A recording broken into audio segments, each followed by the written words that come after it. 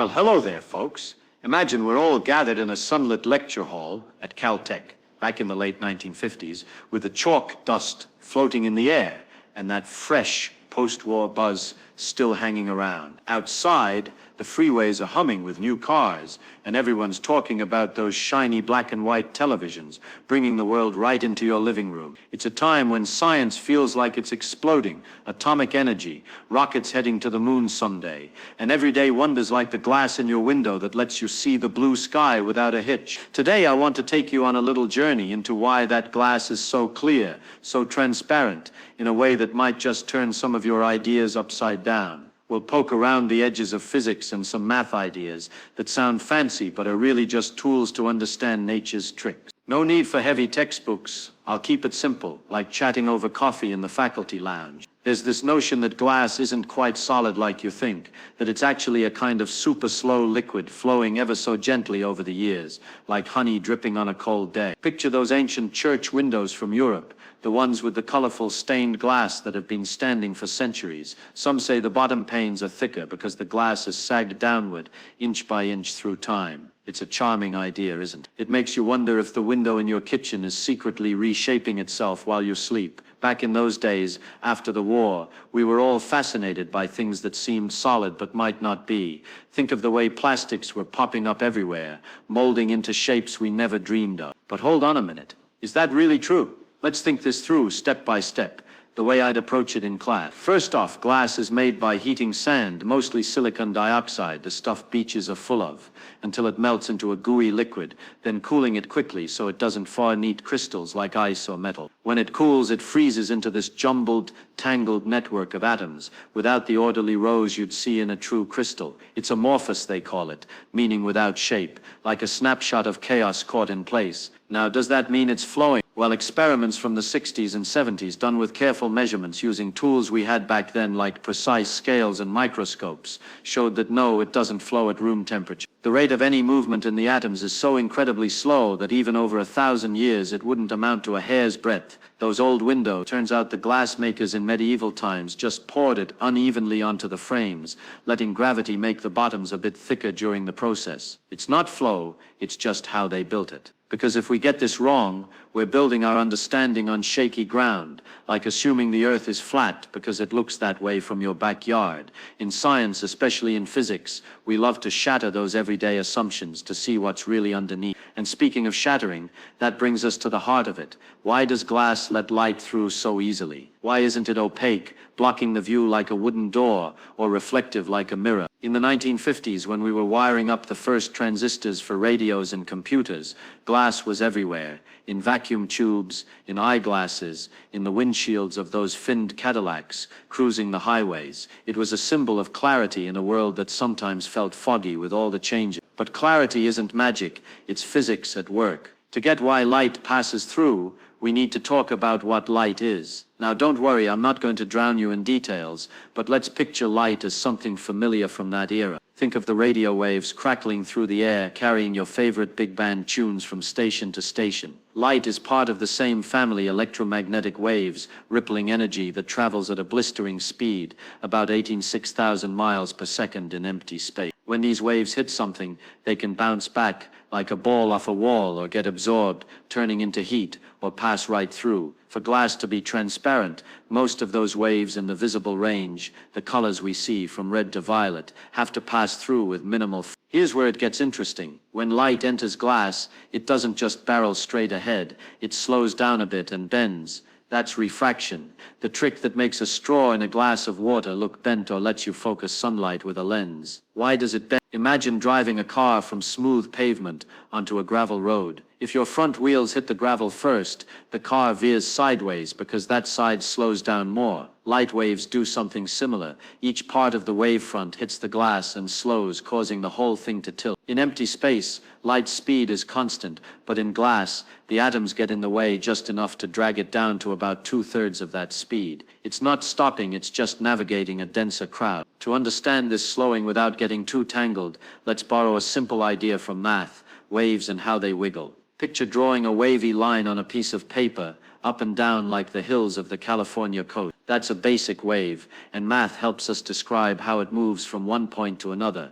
There's a straightforward way to think about it. The wave's shape satisfies a rule where the way it changes over time links to how it changes along its path. In plain terms, if you shake one end of a rope, the wiggle travels along it at a speed that depends on the rope's tension and weight. For light, the rope is the electromagnetic field, and in glass, the medium's properties tweak that speed. No need for numbers here, just know that this bending lets light weave through without much loss, keeping the image sharp on the other side. But wait, is light really just wave? That's where things get fun, and a bit mind-bending, like those optical illusions in the science magazines of the 50s. Experiments from the early 1900s, building on work by folks like Einstein and Planck, showed that light also behaves like tiny packets of energy, called photons. Each photon is like a little bullet of light, carrying just the right punch to make things happen. So waves or particles, both, depending on how you look. In the double-slit experiment, something we loved demonstrating in classrooms back then,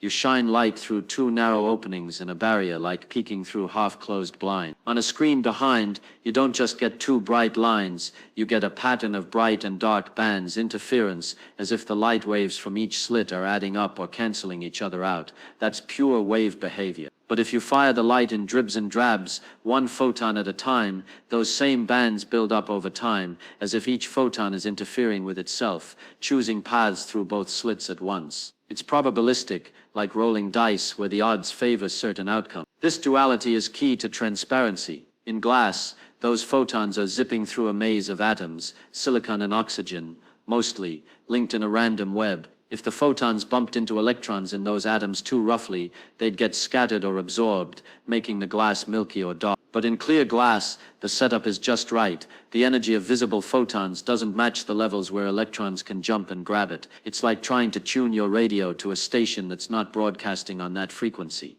The signal slips by. To picture the odds of a photon making it through, think of it as a game of chance. Math-wise, there's a way to calculate the likelihood by considering all possible routes the photon could take, weighting them by how likely they are. Some paths lead to absorption, but most in glass lead to transmission. The total probability adds up to mostly go through, which is why you can see clearly. Now let's tie this back to the real world of the 1960s, when the space race was heating up and we were peering at the stars through glass lenses and telescopes. Those instruments had to be transparent to catch faint light from distant galaxies, but they also had to withstand the vibrations of launch pads, echoing the optimism of the Kennedy era. Glass wasn't just for looking out, it was for building in. Remember the first color TVs rolling out in the late 60s? The picture tubes were glass, letting electrons inside dance to create images without the light getting muddled. But why did it work so well? Because at the atomic level, the structure of glass, that frozen liquid chaos, spaces the atoms just far enough apart that light waves don't resonate destructively. It's not perfect, that's why glass can scratch or crack under stress, reminding us it's solid but fragile, like the dreams we were chasing back then. Stained glass with its metal oxides mixed in, absorbs certain colors, letting others shine through to make those beautiful patterns in cathedrals. Or think of frosted glass, etched to scatter light diffusely so you can't see through clearly, perfect for bathroom windows in those post-war suburban homes. Scattering happens when the surface is rough at the scale of light's wavelength, bouncing photons every which way, like pins in a bowling alley. But for plain smooth glass, the smoothness lets waves glide along coherently. Diving a bit deeper into the math without the headaches, consider how we model these waves. In physics, we often use functions to describe the amplitude, the height of the wave at different points. The rate at which this amplitude changes along the direction of travel relates to the curvature, like how a gentle hill versus a steep one affects your speed downhill. In empty space, it's smooth sailing, but in glass, the medium introduces a gentle modulation, slowing the wave without damping it much for visible light. This is the essence of the wave equation, a tool from the 1800s, refined in the quantum age, that predicts propagation beautifully. For lay people, it's like forecasting ocean swells. You know the pattern will continue, but the material water depth or glass density alters the ride. And here's a thought to chew on. This transparency isn't unique to glass. Water is transparent too for similar reasons. Its molecules let visible light pass while absorbing infrared, which is why it feels cool to the touch. Air does the same, which is why we can see across a football field on a clear day. But metal, they're different. Their free electrons slosh around, reflecting light like a shield. That's why you can't see through a tin can, even if it's thin. In the 1970s, as we developed better materials for computers and lasers, understanding these differences became crucial. Glass fibers started carrying phone signals over long distances,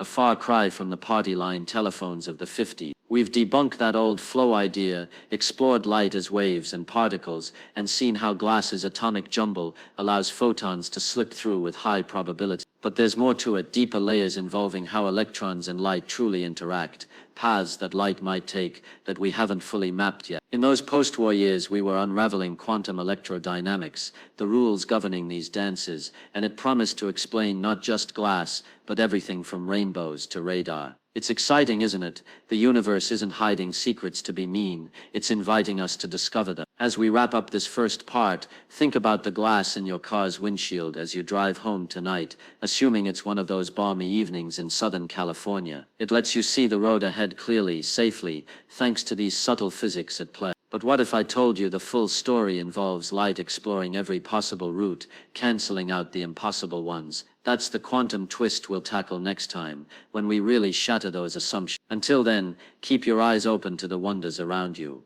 Nature's full of them, just waiting for a curious mind. Well, folks, last time we left off, we'd cleared up that old tale about glass flowing like a slow liquid over centuries. No, it's a solid frozen in its jumbled atomic mess since the day it cooled. We'd seen light as waves rippling like radio signals from those big broadcast towers of the 1950s, slowing and bending when they hit glass, and as particles too, tiny photons zipping along with their own peculiar rules. We talked about how those photons mostly slip through because the atoms in glass don't grab their energy the way they do in metals or wood. The setup is just right, no matching jumps for visible light, so the light keeps going, keeping your view clear whether you're looking out a diner window on Route 66 or peering through a telescope at the stars during the early space shot. Now let's push deeper into the real strangeness, the part that really turns everyday ideas on their head. This comes straight from the work we were doing in the late 1940s and through the 50s and 60s,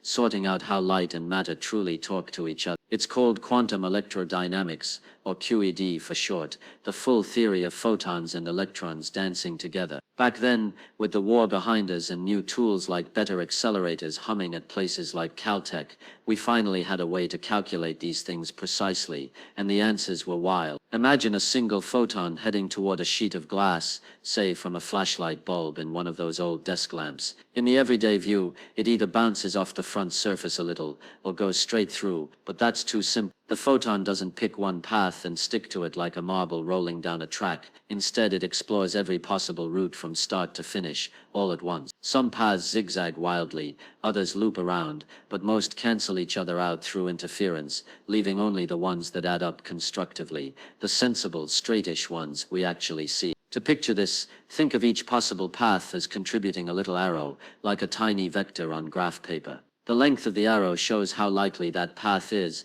and the direction shows its phase, the timing of its wiggle. You add all those arrows head to tail. When they line up nicely, you get a long final arrow, meaning high chance of the photon arriving there. When they point every which way and cancel, the final arrow shrinks to nothing.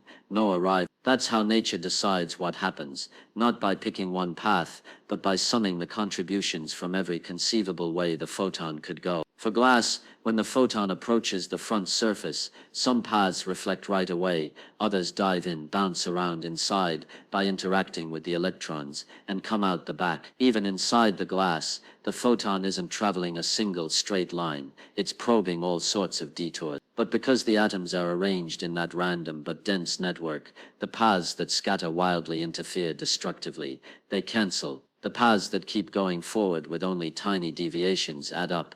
The net result, most of the probability flows straight through, slowed a bit by the collective drag from all those little interactions, which is why the speed drops and light bends at the edges. This slowing isn't the photon actually pausing, it's the wave of probability getting delayed by the back and forth with the electrons. Each electron gets jiggled by the passing electric field of the light, like a tiny antenna picking up the signal. The electron then radiates its own little wave, which mixes with the original. In a transparent material like glass, These re-radiated waves are mostly out of step in a way that pushes the total wave forward but delayed, phase shifted, so the whole thing propagates slower without losing much energy to heat. In opaque stuff like paint or paper, the jiggles absorb energy, the waves dampen, and little light makes it through. For a thin piece of glass, like the slide in those old overhead projectors we used in lectures during the 60s, the probability of reflection or transmission depends on the exact thickness. Change the thickness by a fraction of a wavelength, and the reflection can go from nearly 0 to a few %. How does the photon at the front know how thick the glass is behind it? It seems like information has to zip from back to front instant. But no, the full calculation includes paths that go in, bounce around, even go backward and forward multiple times inside, before exiting. All those possibilities are summed, so the front surface behavior feels the whole slab through interference. It's not spooky action, it's the global sum of amplitudes. For visible light in glass, the electron's natural response frequency is way up in the ultraviolet, so visible photons don't hit resonance, they just get a gentle push, no big absorption. That's why glass is clear to our eyes, but blocks ultraviolet. Those higher energy photons do match the jumps and get soaked up. Let's think about a lens, like the ones in the first Polaroid cameras or the big observatory scopes during the moon race era. A curved piece of glass focuses light because paths through the thicker center take longer, more delay than paths through the thinner edges. When you sum all the arrows for light heading to a focal point, they line up perfectly from every part of the lens, adding constructive. For other points, they fan out and cancel. It's the same principle. The medium tunes the phase, so only certain directions get reinforced. This path summing idea explains reflection too. Even from a single surface, a bit bounces back about 4% for normal glass. Why not 0 or all? Because the photon has some amplitude to scatter off the electrons right at the boundary, and the forward-going part gets modified by the material's response. In metals, free electrons slosh easily, re-radiating strongly in the backward direction, so almost everything reflects mirrors. In glass, the bound electrons respond weakly and in phase for transmission. Fiber optic cables, thin glass strands carry phone calls and data across oceans because light stays trapped inside by total internal reflection, bouncing along with minimal loss thanks to these clean paths. Lasers born in the late 50s use glass or crystals to amplify light coherently, again relying on the same interference rules. Even your microwave oven door has a metal mesh that reflects microwaves, but lets visible light through. The holes are too big for microwaves to slip out, but tiny for light waves. Of course, nothing's perfect. Thick glass scatters a tiny bit, blue light more than red, which is why distant mountains look hazy on a clear day, or why the sky is blue. Air molecules scatter short wavelengths every which way. In frosted glass, rough surfaces randomize the paths, so directions scramble, and you get diffuse glow instead of sharp images. No photon takes one route, it feels them all and interference picks the winners. This shattered our old assumptions that things have definite paths, that causes stay local and tidy. In the atomic age, with transistors replacing vacuum tubes and computers starting to hum in labs, we learned the universe runs on these probabilistic sums. Predict the reflection from a soap bubbles film, the colors in an oil slick, the focusing in your eye, all from summing paths. In the 80s, as personal computers appeared with their glass screens, this same theory underlay the displays, the optics in CD players, reading data through transparent layers. So when you look through a window tomorrow, maybe at the Rio lights or wherever the day takes you, remember that clear view isn't empty space. It's a quantum negotiation, photons probing endless routes, electrons nudging back just enough to let most through. The universe doesn't make it easy, but it makes it elegant. We've come a long way from debunking myths to seeing the deep rules. Glass transparency shows how the quantum world, so strange up close, builds the ordinary. It's a reminder, ask why about the simplest things, and you uncover wonders. Thanks for coming along on this ride through the physics. Keep wondering, nature loves a curious mind.